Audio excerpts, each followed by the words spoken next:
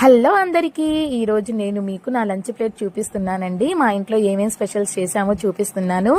ఈరోజు మా ఇంట్లో రోటి పచ్చడి చేసామండి, దోసకాయ రోటి పచ్చడి. మీలో ఎంతమందికి దోసకాయ రోటి పచ్చడి అంటే ఇష్టం అండి? నాకైతే చాలా ఇష్టం. అందులో కాంబినేషన్ వచ్చేసి గోరుచిక్కుడుకాయ కర్రీ చేసామండి. ఇంకొక కర్రీ కూడా చేసాము, అదే దొండకాయ కర్రీ. చాలా చాలా టేస్టీగా ఉందండి.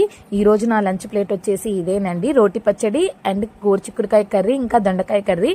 లాస్ట్లో నేను మురుకులు కూడా వేసుకున్నానండి. నాకైతే ఒక అలవాటు ఉందండి చిన్నప్పటి నుంచి, అంటే అన్నంలో నేను చకోడీలు, పకోడీలు, కారం బూంది ఇలాంటివి నంచుకొని తింటూ ఉంటానండి. మా నాన్న నా కోసం స్పెషల్గా తీసుకొచ్చేవారు.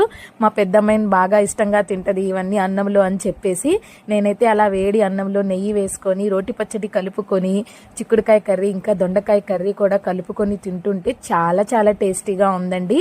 అదిగోండి మర్చిపోయాను, నేను లాస్ట్లో మురుకులు కూడా తీసుకున్నానండి. నా అలవాటు నేనెలా మర్చిపోతానండి. నాకు ఇది